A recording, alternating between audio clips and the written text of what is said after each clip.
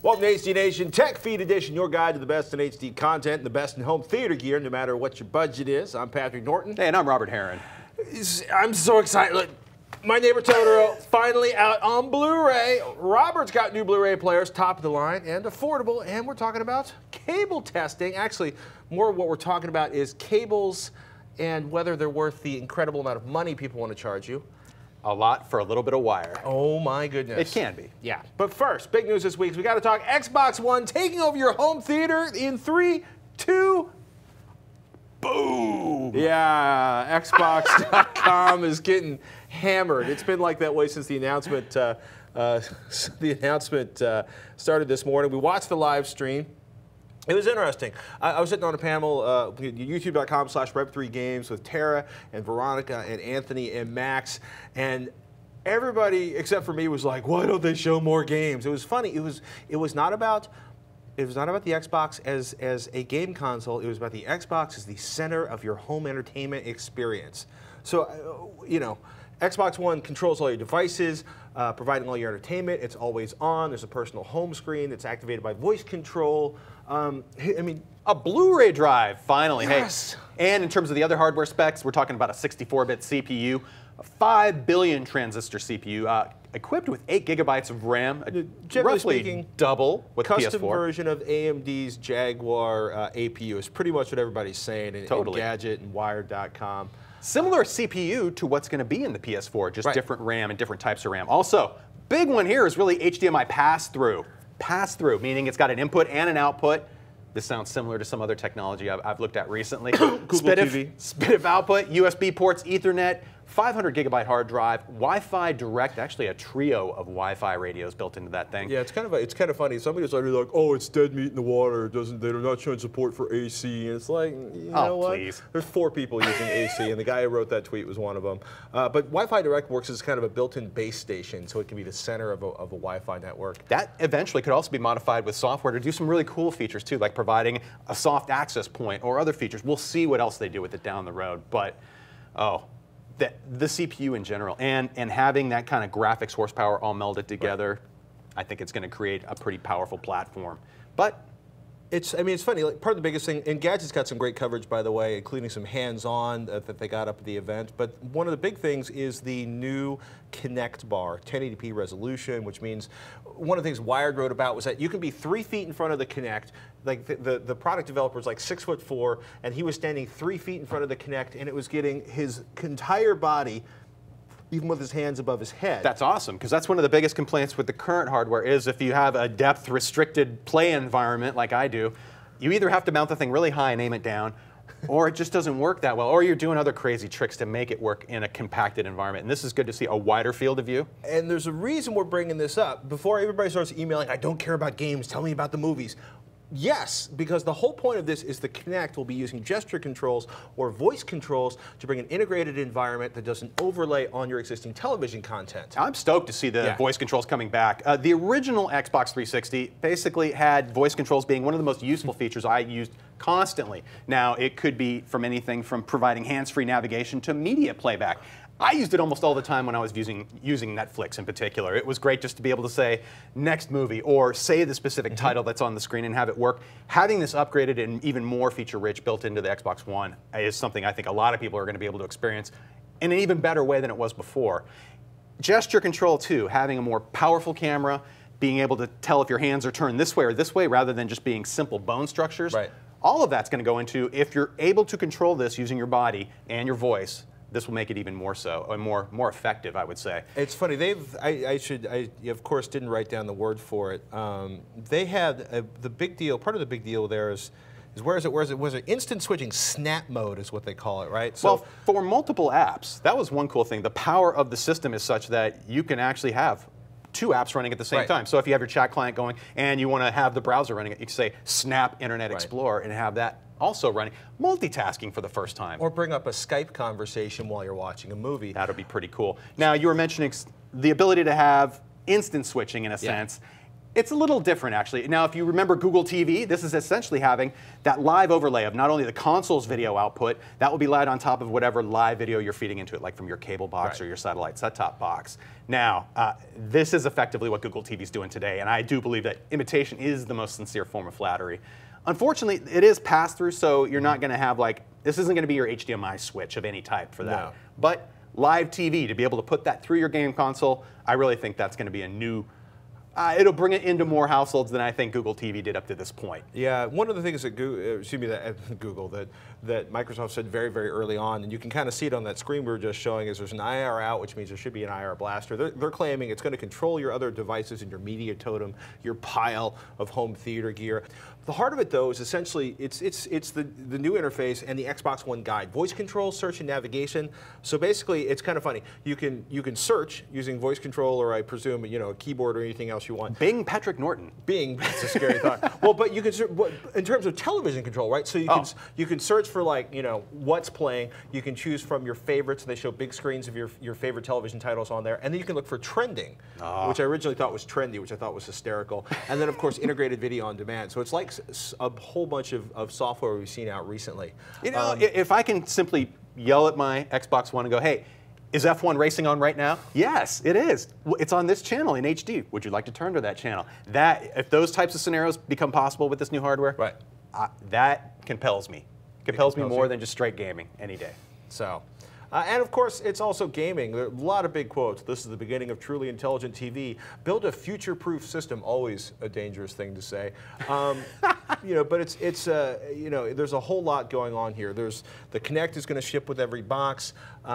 You've got a big stackable box, although it's not really stackable because there's a big old fan over that AMD APU. Smart glass integration, so we presume it's going to show up on the various handheld devices. I got to say, we're waiting for a lot more information from E3 and later. Totally. We don't know how much it's going to cost. We don't know what kind of Blu-ray support is built into it. We don't know if they're going to have any exclusive agreements. I, for one, was hoping that HBO Go would be an option. When that bomb drops, if and when, that's going to be huge news, and that'll probably be the sign of many other devices at that point. I'm just a little curious, though. It has a Blu-ray drive in it. The Xbox finally does, and I'm wondering just how much cash Microsoft had to hand to Sony for incorporating that drive into the Xbox One. Well, or the Blu-ray consortium. Or definitely a little bit of pain there. Yeah, I mean, like I said before. And you mentioned, too, the game demos, too. That's something they really didn't focus on this time around.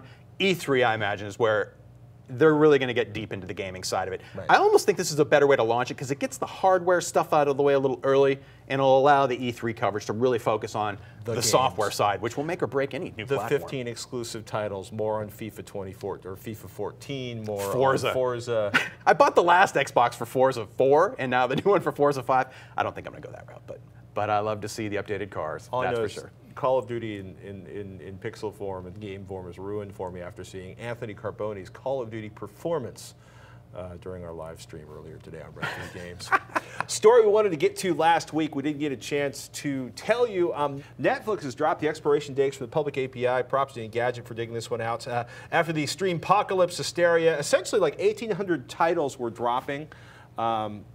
My understanding is also their Viacom deal is ending soon, which means a lot of the kids programming from Nickelodeon is going to disappear.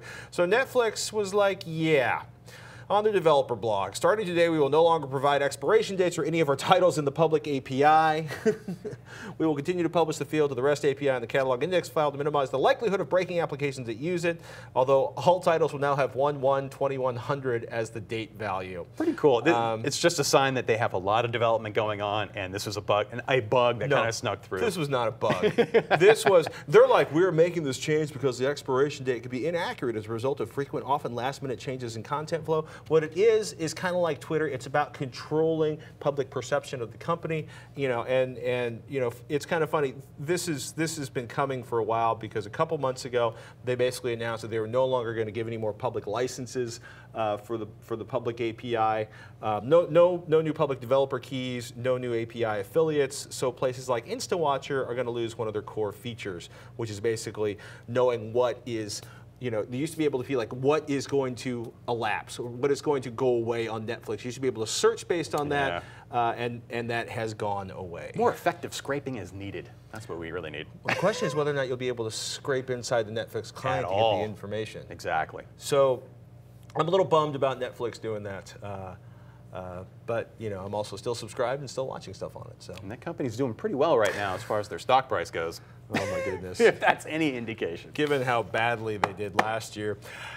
To completely shift gears and let my inner otaku run fast and loose, our pick of the Blu-rays released May 21st, 2013, My Neighbor Totoro. Vibrant and lush animation. Yes, Totoro is the king of the forest spirits. There are suit sprites and legendary cat bus, the legendary cat bus. But a father and two young daughters adapting to a new home while their mother recovers in the hospital is the foundation of this tale. It ages well. This is Disney's 2005 release with Dakota and Elle Fanning as the voices of Satsuki and Mei. Oh, for the life of me. How do I get out of this menu?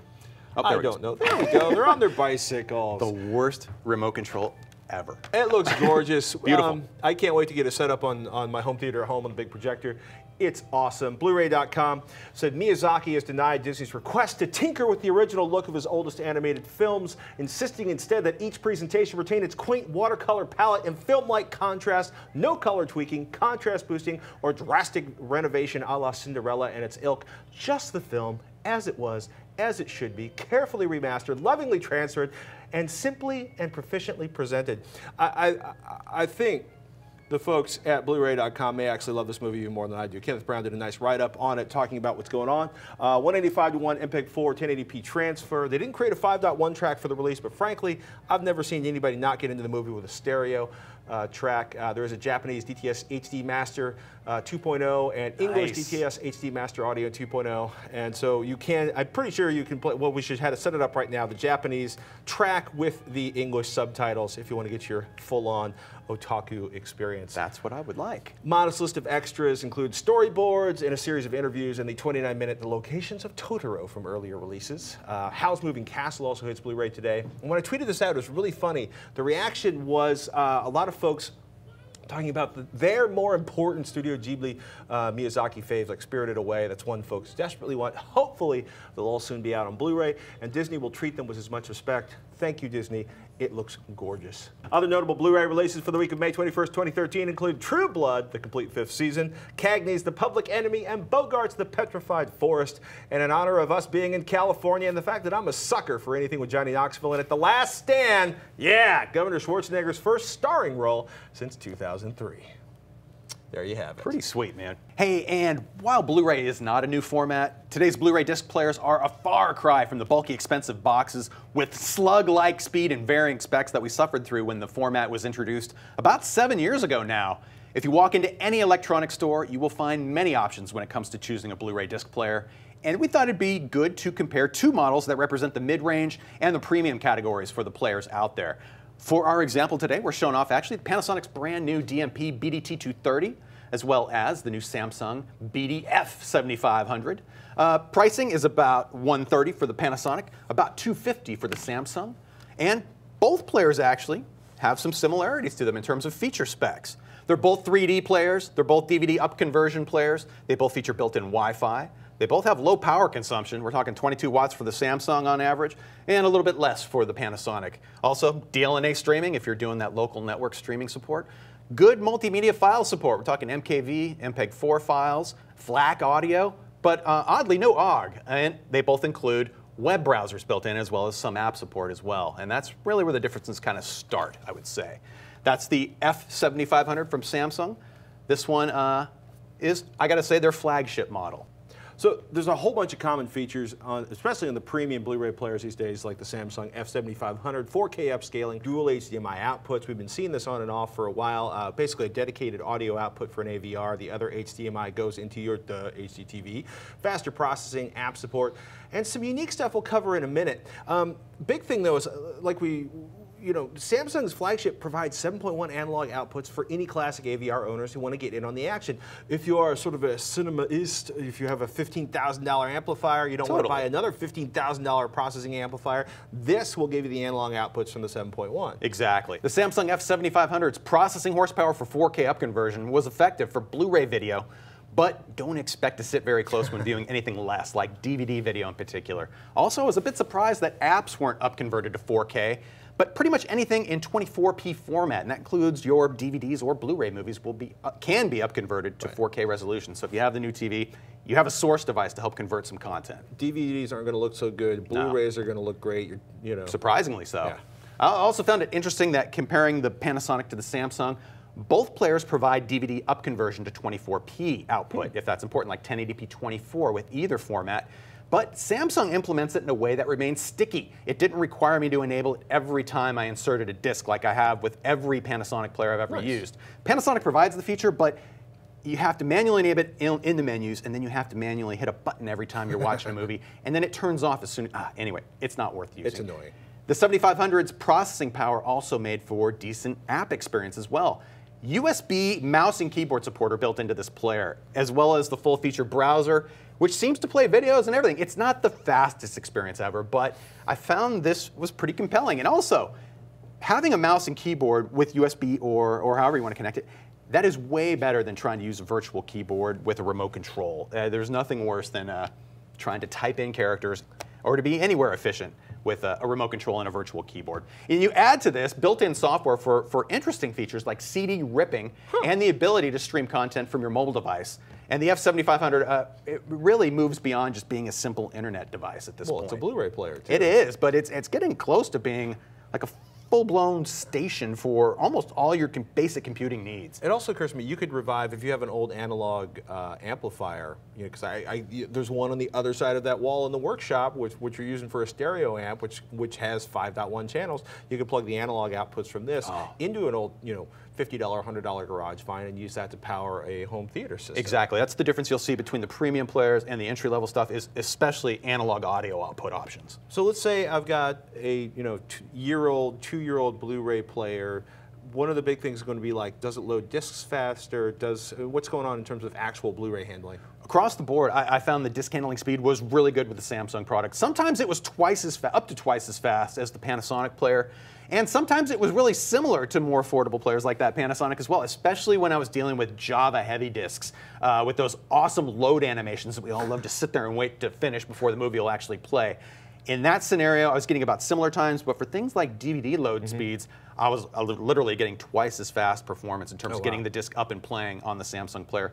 Both these players do feature that quick start functionality, so if you want to sacrifice a little standby power consumption, you can have these turn on in less than a second and get up to speed that way as well. But overall, you'll find these so much faster than the older generation of Blu-ray players out there. I didn't really notice too much a lag difference between either one overall, but for the occasional period where I had a disc hanging for a little while longer, it was more on the Panasonic side than it was with Samsung. We should bring it. It's funny. I should bring it. I have like a $75 Sony player I bought like 2.5 years ago, just out of curiosity, compared to a $300 player I just bought. It would be really fun to do a side-by-side with an older, slower machine, because it sounds silly, but if you're talking about spending a quarter of the time waiting for a Blu-ray to load, it can just be a lot less annoying. Totally, and you might think you're losing something too in terms of visual processing, especially with DVD up conversion.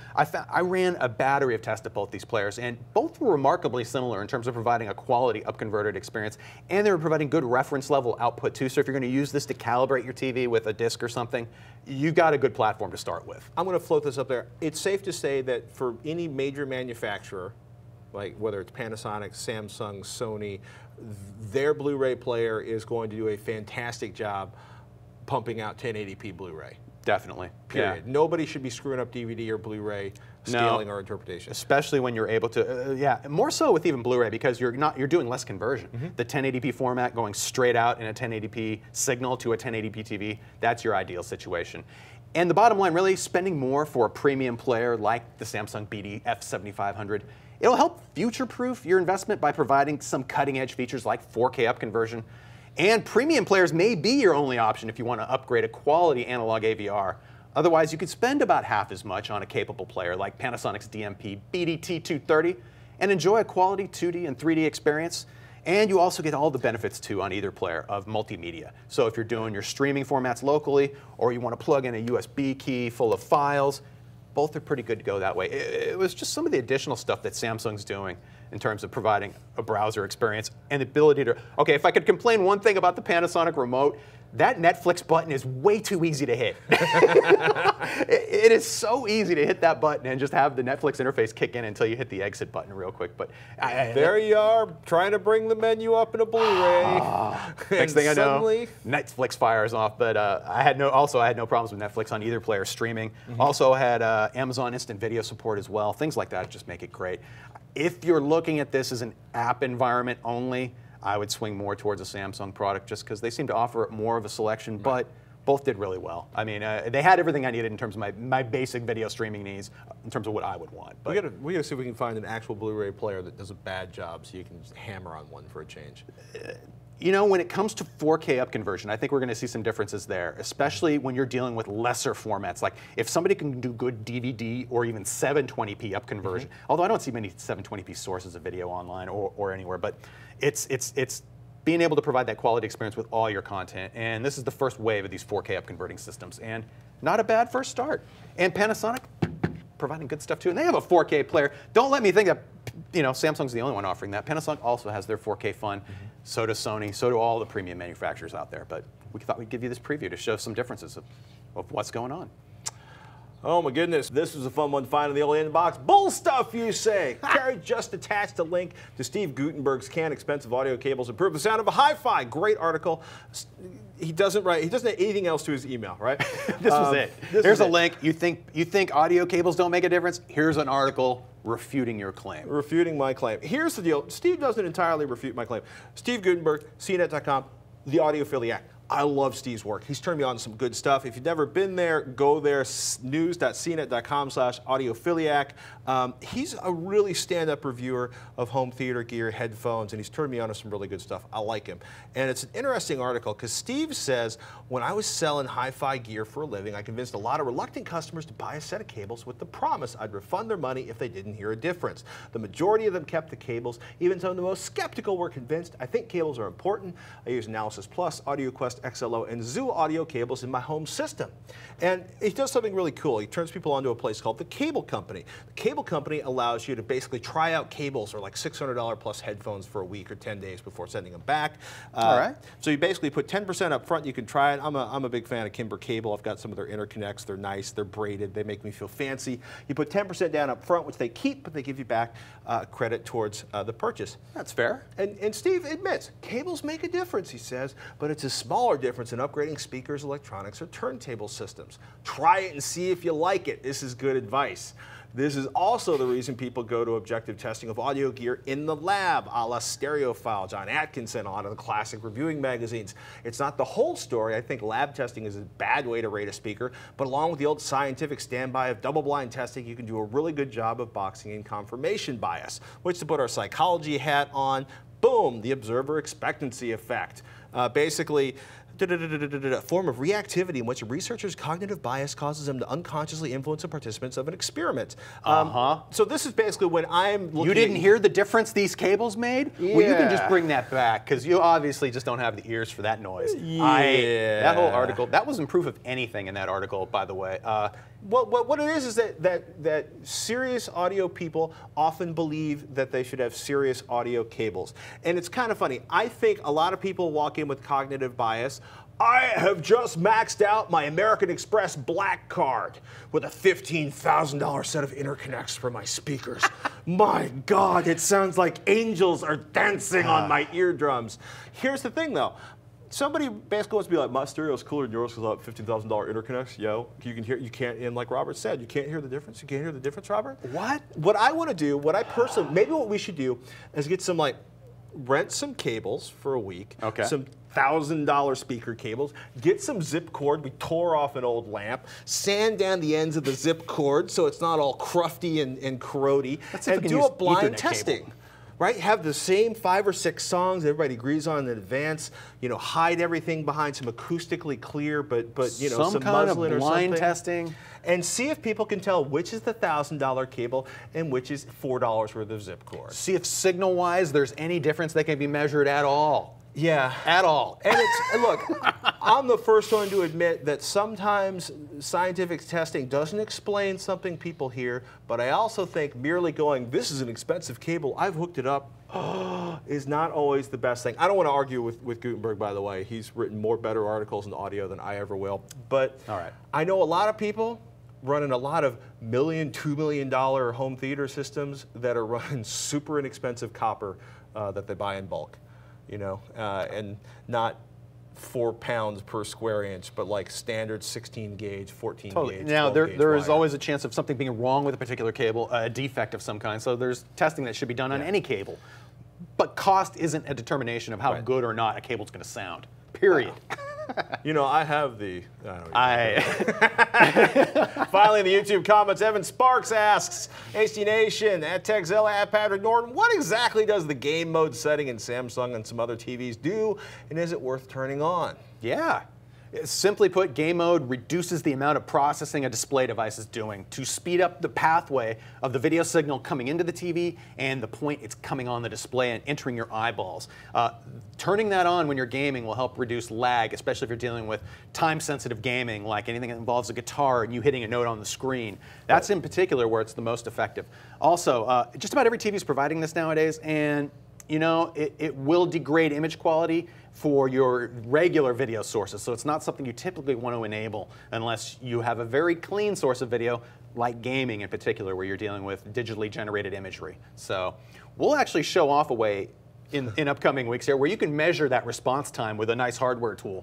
And I think maybe next week we'll take a look at that product and let you see what it is in terms of averages for how long does it take once the video has reached the HDMI port, say on the back of the TV, to the point it actually puts something up on the screen. And you might be surprised. There are differences among the various TVs out there.